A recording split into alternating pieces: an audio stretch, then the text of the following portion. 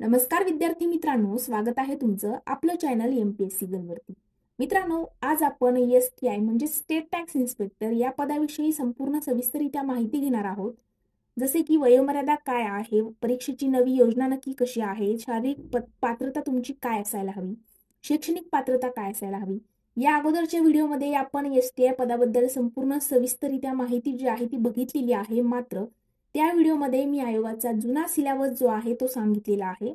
आणि जे नवीन विद्यार्थी आहेत, जे आता रिसेंटली खूप सर्चिंग करत आहेत की एसटीआय पदाबद्दल माहिती त्यांना हवी आहे, नवीन सिलेबस जो आहे त्याच्यावरती कॉमेंट्स येत आहेत त्या व्हिडिओच्या की चुकीचा सिलेबस मॅम तुम्ही सांगितलाय. तर सिलेबस जो आहे तो आता रिसेंटली चेंज झालेला आहे. डिसेंबर मंथमध्ये नवीन सिलेबस आलेला आहे.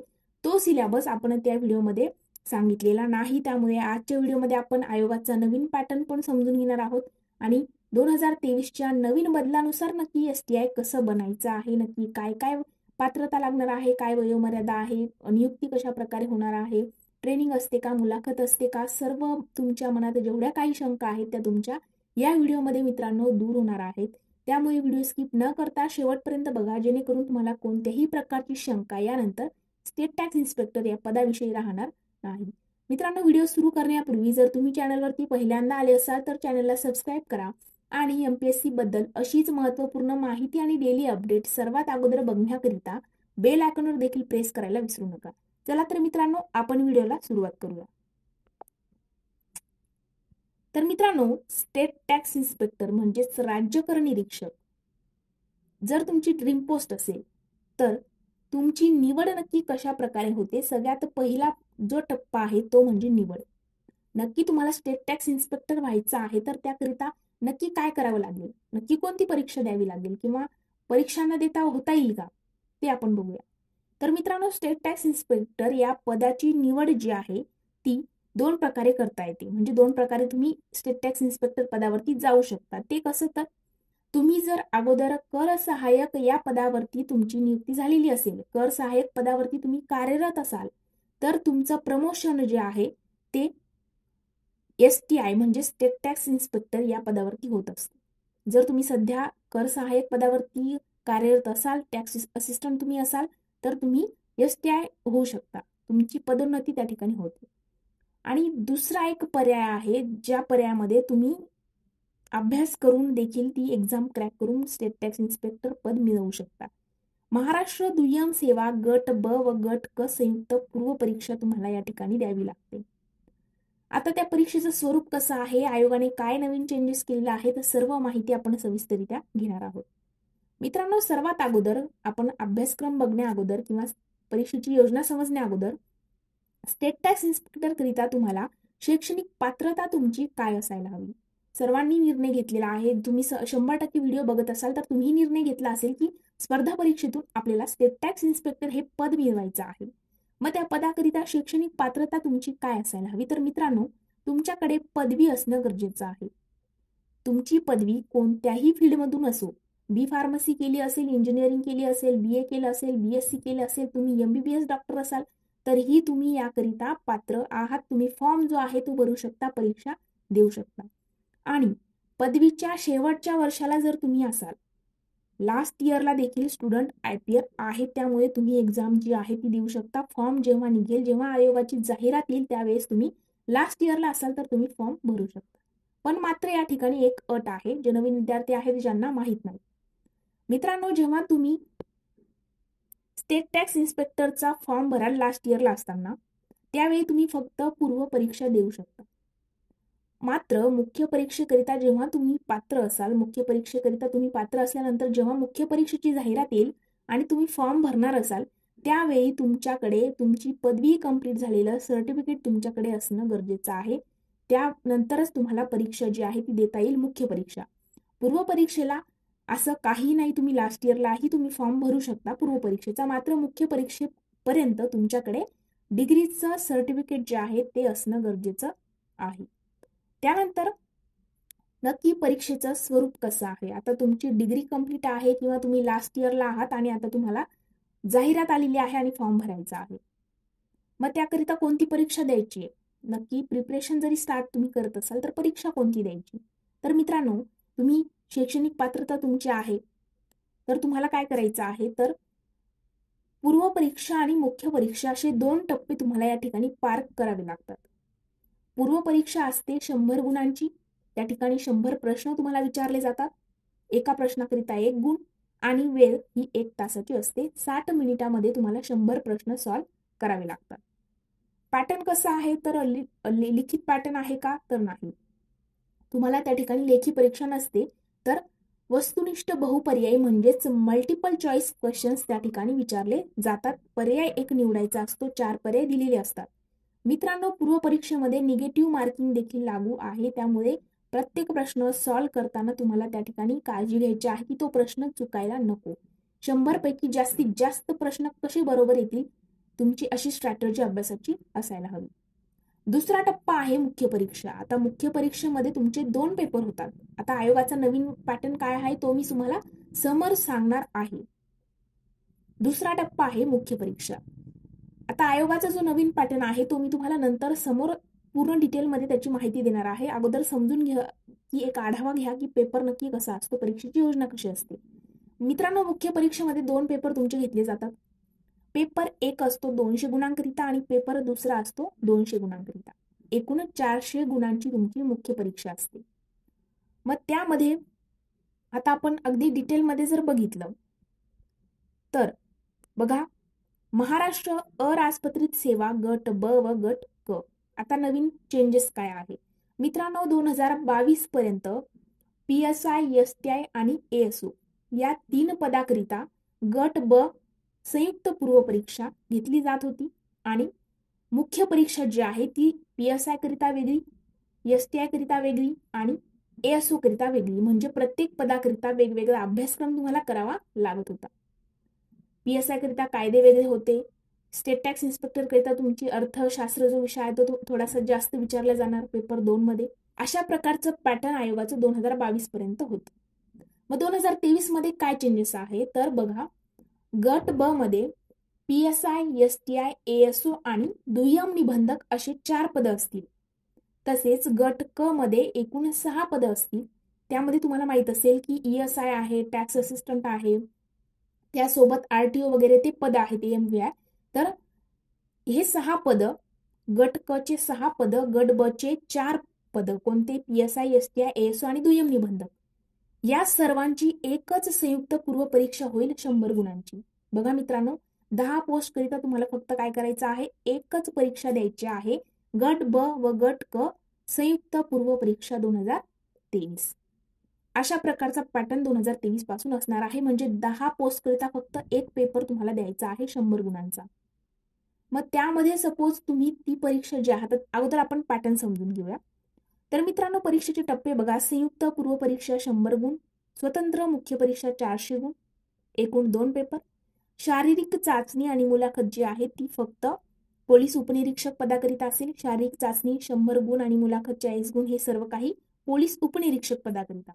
आणि सहाय्यक मोटार वाहन निरीक्षक गट क पदाच्या पूर्व परीक्षेकरिता सदर अभ्यासक्रम लागू, मात्र स्वतंत्र मुख्य परीक्षा 300 गुणांची AMVI ची असेल. आता याच्यामध्ये तुम्हाला जास्त डिटेलमध्ये जायची गरज नाही. आपण अगोदर पॅटर्न समजून घेऊया प्रिलियम्सचा, म्हणजेच पूर्व परीक्षेचा. महाराष्ट्र अराजपत्रित सेवा संयुक्त पूर्व परीक्षा गट ब व गट क. यामध्ये मित्रांनो बघा, सामान्य क्षमता चाचणी, त्यामध्ये इतिहास, भूगोल, अर्थशास्त्र, राज्यशास्त्र, सामान्य विज्ञान, त्यासोबत बुद्धिमत्ता व अंकगणित आणि चालू घडामोडी, या 7 विषयांचा अभ्यास तुम्हाला करायचा आहे पूर्व परीक्षेकरिता. प्रश्न संख्या 100 असेल, 100 गुण असतील. दर्जा पदवीचा असेल प्रश्नांचा, माध्यम मराठी किंवा इंग्रजी, म्हणजे तुम्ही मराठी तुमच्या मनानुसार आहे. CBSE पॅटर्न तुमचा असेल तर तुम्ही इंग्रजीमधून एक्झाम देऊ शकता. मराठी पॅटर्न तुम्ही सेमी वगैरेतून तुमचं शिक्षण झालेलं असेल तर तुम्ही मराठी माध्यमातून देखील एक्झाम देऊ शकता. या ठिकाणी तुम्हाला ऑप्शन आहेत. परीक्षेचा कालावधी 1 तास असेल. वस्तुनिष्ठ बहुपर्यायी प्रश्न असतील आणि नकारात्मक गुणदान म्हणजेच निगेटिव्ह मार्किंग या ठिकाणी लागू असेल. आता मुख्य परीक्षेचा काय पॅटर्न आहे, आता गट ब गट क ची संयुक्त 10 पोस्ट करिता एकच पूर्व परीक्षा झाली की त्यानंतर तुमचा त्या ठिकाणी कट ऑफ लागेल. तुमची फायनल मेरिट लिस्ट असेल पूर्व परीक्षेची आणि त्यानुसार कट ऑफ लागेल. कट ऑफ नुसार लक्षात येईल की तुम्ही गट ब च्या मुख्य परीक्षेकरिता पात्र आहात की गट क च्या मुख्य परीक्षेकरिता पात्र आहात. पण तुमची ड्रीम पोस्ट जर STI असेल तर त्यानुसार तुम्हाला अभ्यास करायचा आहे. त्यानुसार जो कट ऑफ लागतो जो 55-60 कट ऑफ लागत असेल पूर्व परीक्षेमध्ये, त्यानुसार तुम्हाला अभ्यास करायचा आहे की STIला जेवढे मार्क्स लागतात त्यापेक्षा जास्त आपल्याला कसे पाडता येईल, असं तुमची स्ट्रॅटर्जी अभ्यासाची असायला हवी. मग पूर्व परीक्षा तुम्ही दिलेली आहे, 10 पोस्टकरिता एक पूर्व परीक्षा तुमची झालेली आहे आणि आता STI मुख्य परीक्षेकरिता तुम्ही पात्र आहात. मग प्रत्येक पोस्टकरिता वेगवेगळी होणार का? तर नाही. आयोगाच्या 2023च्या नवीन पॅटर्ननुसार गट ब आणि गट क ची संयुक्त पूर्व परीक्षा झाल्याच्या नंतर मुख्य परीक्षा जी आहे गट ब च्या PSI STI ASO दुय्यम निबंधक या 4 पोस्टकरिता एकच मुख्य परीक्षा असणार आणि गट क मधील जे 6 पोस्ट आहेत त्या 6 पोस्टकरिता AMVI जर सोडलं तर त्या 5 पोस्टकरिता एकच मुख्य परीक्षा असणार. आयोगाचा खूप छान पॅटर्न आहे नवीन आणि तुम्हाला म्हणजे एकाच अभ्यासक्रमातून खूप मोठ्या पोस्टकरिता तुम्हाला आता दरवाजे खुले झालेले आहेत. वेगवेगळा अभ्यासक्रम प्रत्येक पदाकरिता करण्याची गरज नाही. अगोदर PSI करिता मुख्य परीक्षेचा पेपर दुसरा जो होता तो वेगळा होता. STI करिता मुख्य परीक्षेचा दुसरा पेपर वेगळा, म्हणजे वेगवेगळा अभ्यासक्रम तुम्हाला करावा लागायचा. तर मित्रांनो, मुख्य परीक्षेचं पॅटर्न जर आपण बघितलं तर प्रश्नपत्रिकेची संख्या 2 असेल, 2 प्रश्नपत्रिका असतील. पेपर पहिला 200 गुण, पेपर दुसरा 200 गुण. अगोदर या ठिकाणी पेपर क्रमांक 1 संयुक्त पेपर असं या ठिकाणी वरती दिलेलं असायचं आणि पेपर क्रमांक 2 200 गुणांचा तो स्वतंत्र पेपर असं आयोगाचा पॅटर्न होता. मात्र आता गट ब मधील जेवढे 4 पद आहेत त्याकरिता संयुक्त मुख्य परीक्षा होणार आहे. तर मित्रांनो, त्याचा पॅटर्न आपण समजून घेऊया. पहिला जो विषय आहे, पहिला जो पेपर आहे त्यामध्ये मराठी आणि इंग्रजी 2च विषय तुम्हाला असतील. तुमचं मराठी इंग्रजी खूप परफेक्ट या ठिकाणी असणं गरजेचं आहे. मराठी इंग्रजीमध्ये जर तुम्ही क्वालिफाय झाले तर 100% तुमचा रिझल्ट येणार. मराठी इंग्रजी तुमचा परफेक्ट असायला हवा. फर्स्ट पेपर मराठी इंग्रजी असेल. प्रश्न संख्या दोन्हीकरिता 50-50 असेल आणि गुण 100-100 दिले जातील. म्हणजे एका प्रश्नाकरिता 2 गुण मुख्य परीक्षेला तुम्हाला असतील. दर्जा 12वीचा मराठीकरिता आणि इंग्रजीला पदवीचा दर्जा असेल. माध्यम मराठीकरिता मराठी, इंग्रजीकरिता इंग्रजी माध्यम. परीक्षेचा कालावधी 1 तास असेल. मग त्यामध्ये असं होणार नाही की मराठीला 1 तास, इंग्रजीला 1 तास असं नाही. मराठी इंग्रजी सोबत प्रश्न तुम्हाला पहिल्या पेपरमध्ये असतील आणि 1 तास वेळ असेल 100 प्रश्नांकरिता. त्यानंतर प्रश्नपत्रिकेचे स्वरूप हे वस्तुनिष्ठ बहुपर्याय असेल. जसं राज्यसेवेमध्ये चेंजेस झालेला आहे, डिस्क्रिप्टिव्ह पेपर आहे, तसा या ठिकाणी चेंजेस झालेला नाही. मल्टिपल चॉईस क्वेश्चन्स तुम्हाला या ठिकाणी विचारले जातील. आता दुसरा जो पेपर आहे तो स्वतंत्र असणार आहे का प्रत्येक पदाकरिता? तर नाही. हाही संयुक्त पेपर असणार आहे. दुसऱ्या पेपरमध्ये सामान्य अध्ययन व बुद्धिमत्ता चाचणी, जे विषय मी तुम्हाला पूर्व परीक्षेला सांगितलेले आहेत तेच 7 विषय तुम्हाला इकडे करायचे आहेत. मित्रांनो, फक्त या ठिकाणी बदल काय झालेला आहे विषयामध्ये, तर सामान्य विज्ञान हा विषय 2022 पर्यंत फक्त पूर्व परीक्षेला विचारला जात होता.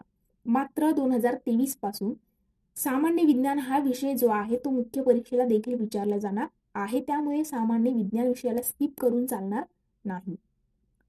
त्यानंतर आपण दुसऱ्या पेपरची प्रश्नसंख्या जी आहे ती 7 विषय मिळून तुम्हाला 100 प्रश्न विचारले जातील. त्यामध्ये 200 गुण असतील. एका प्रश्नाकरिता 2 गुण. दर्जा पदवीचा असेल. माध्यम मराठी इंग्रजी कोणतंही तुम्ही त्या ठिकाणी चूज करू शकता. परीक्षेचा कालावधी 1 तास असेल. प्रश्नपत्रिकेचं स्वरूप वस्तुनिष्ठ बहुपर्यायी. आता या ठिकाणी मुलांना प्रश्न पडतात जे CBSE पॅटर्नचे विद्यार्थी आहेत व त्यांना मराठी विषय नाही का मुख्य परीक्षेला? तर आहे. पेपर फर्स्ट मध्ये तुम्हाला मराठी विषयाचा अभ्यास करावाच लागेल. जे मराठी माध्यमातले विद्यार्थी आहेत त्यांना मुख्य परीक्षेचा पेपर पहिला जो आहे मराठी इंग्रजी भाषा विषय, त्यामध्ये तुम्हाला इंग्रजीचा अभ्यास करावाच लागेल. इंग्रजीचा पेपर कंपल्सरी द्यावाच लागेल. तर या ठिकाणी ही गोष्ट लक्षात घ्या. तुम्ही CBSE पॅटर्नचे असेल तरीही तुम्हाला मराठी विषयाचा पेपर द्यावा लागणार आहे. तुम्ही मराठी माध्यमातला असाल तरी तुम्हाला इंग्रजी माध्यमातला पेपर हा द्यावाच लागणार आहे. या ठिकाणी काही चेंजेस तुमच्याकरिता नाही. मग आता वयोमर्यादा नक्की किती आहे? आपण शैक्षणिक पात्रता बघितली, नक्की परीक्षेची योजना कशी आहे, सविस्तररित्या नवीन पॅटर्न कसा आहे, काय काय बदल आहेत मी सविस्तररित्या सांगितलेलं आहे. आय होप की तुम्हाला कोणतीही शंका राहिलेली नसेल. मग वयोमर्यादा किती आहे? तर मित्रांनो, तुम्ही जर ओपन कॅटेगरीमध्ये असाल तर 18 ते 38 वर्षापर्यंत तुम्ही जो फॉर्म आहे तो भरू शकता एक्झाम करिता. मागासवर्गीय किंवा अनाथ असाल तर 18 वर्ष ते 43 वर्ष तुमची वयोमर्यादा आहे. SC, ST आणि खेळाडूकरिता 43 वर्ष म्हणजे 18 वर्ष ते 43 वर्ष. दिव्यांग उमेदवार जे आहेत त्यांना 45 वर्षापर्यंत STI पदाकरिता एक्झाम जी आहे ती देता येते. मग STI करिता मुलाखत होते का, हा खूप मोठा प्रश्न तुम्हाला पडतो. तर मित्रांनो, STI पदाकरिता असं काहीही नाही. तुम्हाला पूर्वपरीक्षा, मुख्य परीक्षा क्रॅक करायच्या आहे. फायनल मेरिट लिस्ट तुमची लागेल. त्यानंतर कट ऑफ पेक्षा जास्त मार्क तुम्हाला असतील तर तुमचं डायरेक्टली सिलेक्शन हे STI पदाकरता होईल. या ठिकाणी मुलाखत तुमची होत नाही. त्यानंतर ट्रेनिंग होते का, आता जसं PSIचं निश्चित ट्रेनिंग असते. म्हणजे तुम्ही पूर्वपरीक्षा, मुख्य परीक्षा, ग्राउंड वगैरे सर्व काही तुमचं PSIचं क्लिअर असेल तर तुमची ट्रेनिंग जी आहे ती नाशिकला 1 वर्ष फिक्स ट्रेनिंग तुमची असते. तसं STI पदाकरिता मित्रांनो, ट्रेनिंगचं जे आहे ते निश्चित सांगता येत नाही. म्हणजे सपोज तुमची मेरिट लिस्ट लागली, तुमचं सिलेक्शन झालं, महाराष्ट्रातील कोणत्याही जिल्ह्यात तुमची नियुक्ती होऊ शकते. मग STI पदाकरिता कोणत्याही जिल्ह्यात तुमची नियुक्ती झाल्यानंतर त्या ठिकाणी ट्रेनिंग होईल का हे निश्चित सांगता येत नाही. असंही होऊ शकतं की तुम्ही पहिल्या दिवशी कामावरती गेले तर तुमचे जे वरिष्ठ अधिकारी असतील, जे तुम्ही त्यांच्या अधीन काम करणारे असाल, तर ते तुम्हाला त्या कामाच्याच वेळेत तुम्हाला ट्रेन करू शकतात. नक्की काम काय आहे, काय नाही ते तुम्हाला त्याच कालावधीत तुम्ही कार्यरत असताना, पदावरती कार्यरत असतानाच तुम्हाला ते प्रत्येक गोष्ट सांगू शकतात, ट्रेन त्या ठिकाणी करू शकतात. हे असं करायचं आहे वगैरे तुम्हाला तिथे लाईव्ह प्रॅक्टिकली तुम्हाला सांगतील. ट्रेनिंगचं या ठिकाणी STI पदाकरिता निश्चित सांगता येत नाही.